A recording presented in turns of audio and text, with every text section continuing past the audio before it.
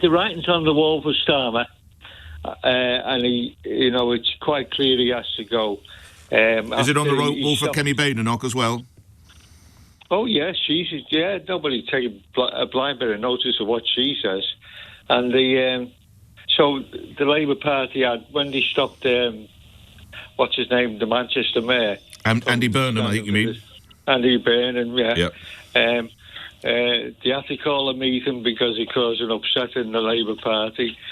And Starmer spoke to the Labour Party, and they were in tears because he was so moving.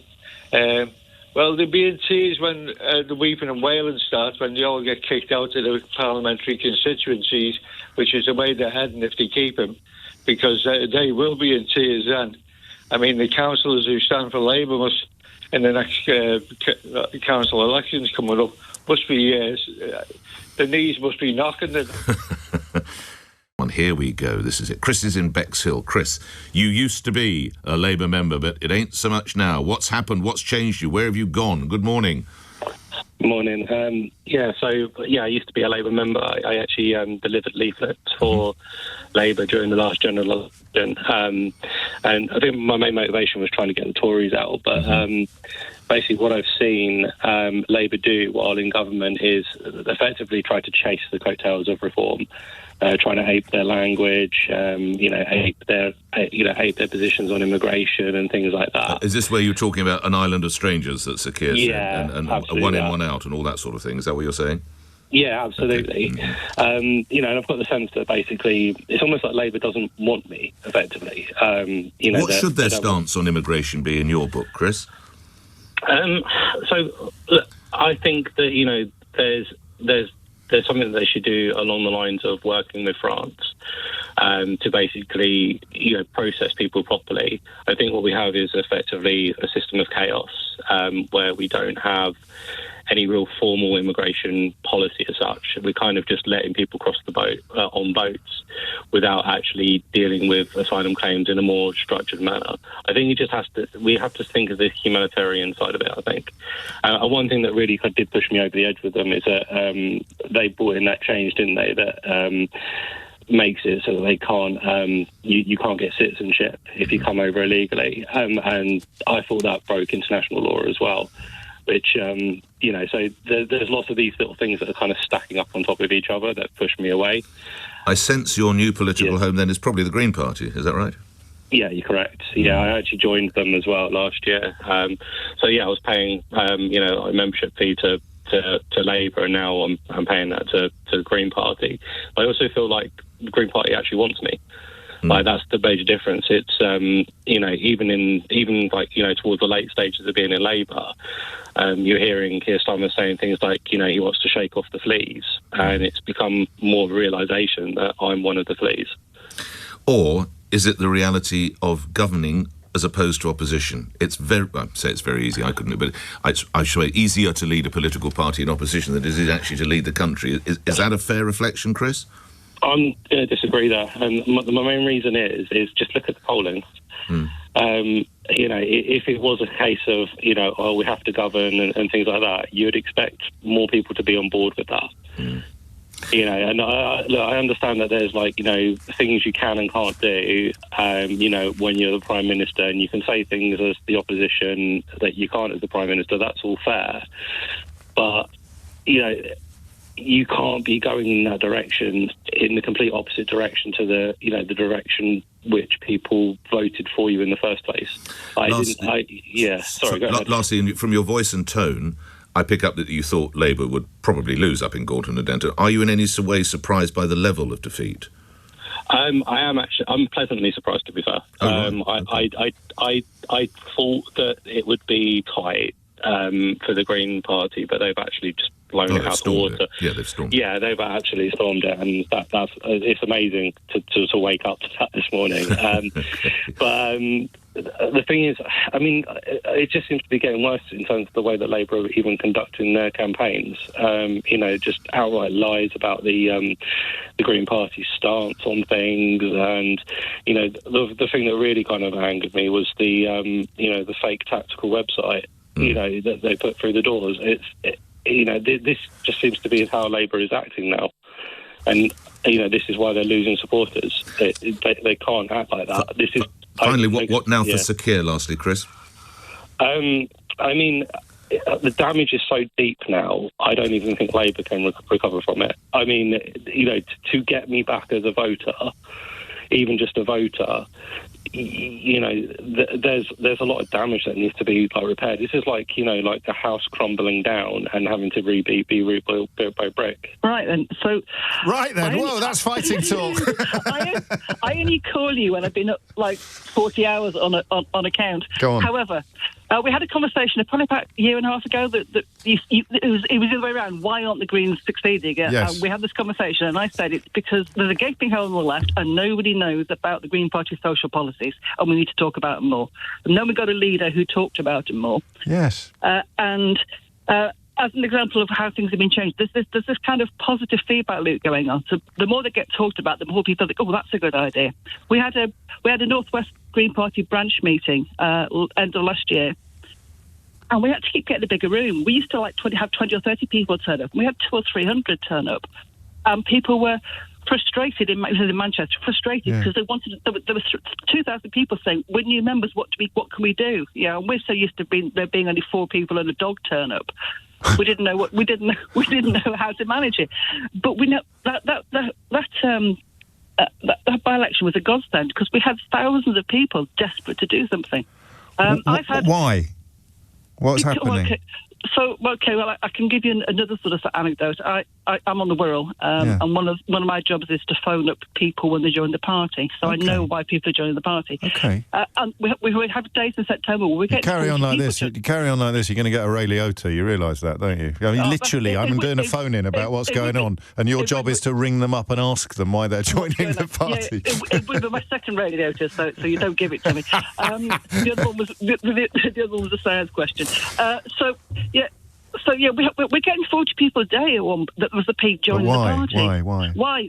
Well, there's 3 reasons that are about equal. There's about a third. I joined the Green Party because Labour left me about 5 years ago, and I just thought, "Stop this! I've had enough." Okay. And I joined the Green Party. A lot of people are feeling that the Labour Party has left them. But there's more. I think the more important one. There's a big chunk of people who've never joined a party, who've never been part of anything like this.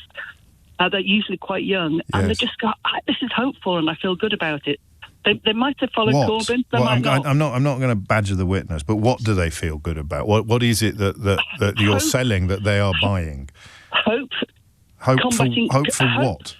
Ending inequality, ending neoliberalism, ending trickle-down economics. It feels like a song that's reaching its conclusion, doesn't it? And I mean, sorry. And the third thing. So people have left Labour. People feel hope. And the third thing, scared of reform.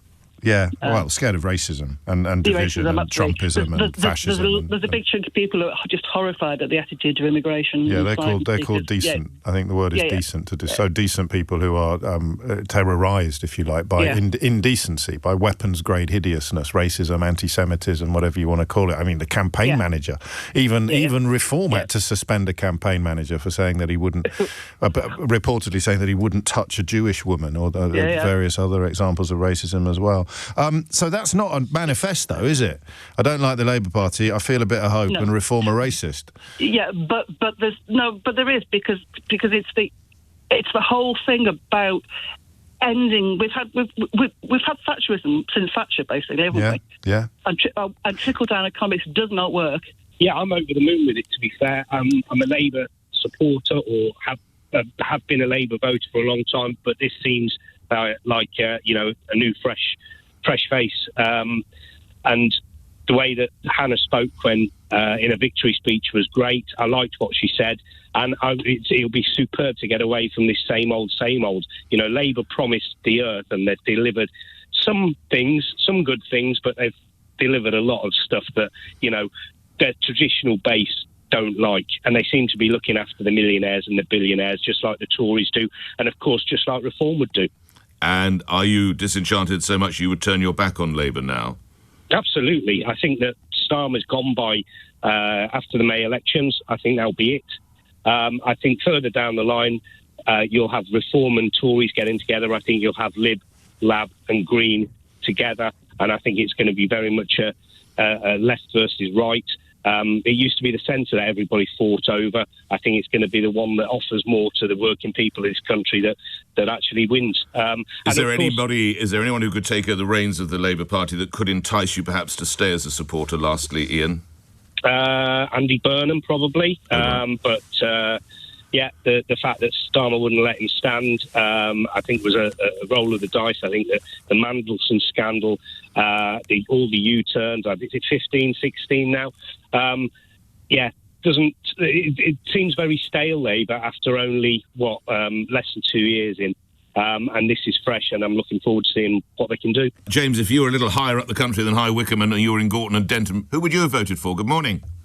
Well, that was what I was saying to your producer, Nick. Morning, by the way, and everyone else. I think this is a pretty seismic result, really. The Conservative vote collapsing to the level it did is going to give 1.9%, just to remind listeners. Huge food for thought, because if you're thinking to yourself, there's a potential hung parliament situation. I really don't want the Greens holding the balance of power in a cabinet. Look at what the Lib Dems did to the Tories when they did. They extracted a lot of leverage. So it forces you to think, well, do I want Green or Reform? And I don't personally believe... I was never a party member of anyone when I was younger, but I've sort of felt darkest light before dawn with the Conservatives. Like, I still think the values of choice and competition and less tax are pretty decent. I'm just hoping that someone can come in and refresh that like Tony Blair did with Labour, but I'm not seeing it yet. Kemi probably can do it. So it leaves you with the problem of thinking 4 more years of this kind of divisive politics.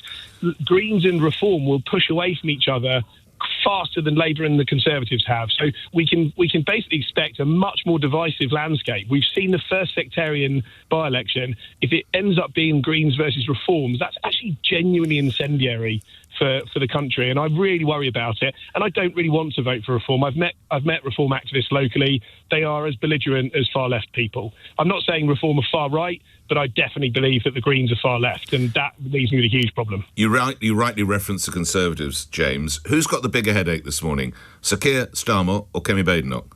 Kemi Badenoch. I'm a member of the local party in my area, and there was an email came round about the AGM, Nick, and prominent members have been notified as leaving. We're really sad that these people who've been with the party 10 years, 15 years, 20 years are leaving. But basically the Conservatives have no answer right now, and they are unwilling to change because, frankly, some of the accusations that are levied against them are true. It is run by the Cambridge and Etonian class. I've seen it firsthand. I've witnessed them speaking. They think they control the party, and they are unwilling to change because it's their power base and their club.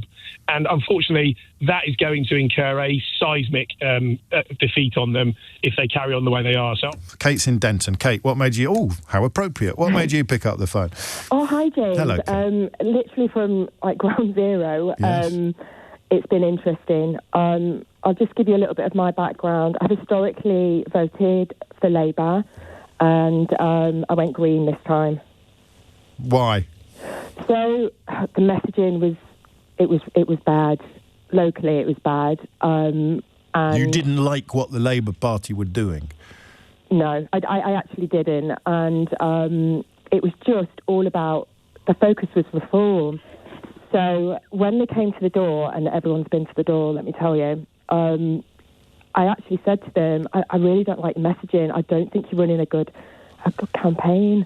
And they seemed really taken aback by that when I actually said it. Really? Yeah. Well, I mean, they had no choice because Reform are leading the national opinion poll, so they have to come out and tackle that. But you're saying they didn't do anything else. They didn't really give you any reason to vote for them. They just gave you a reason to vote...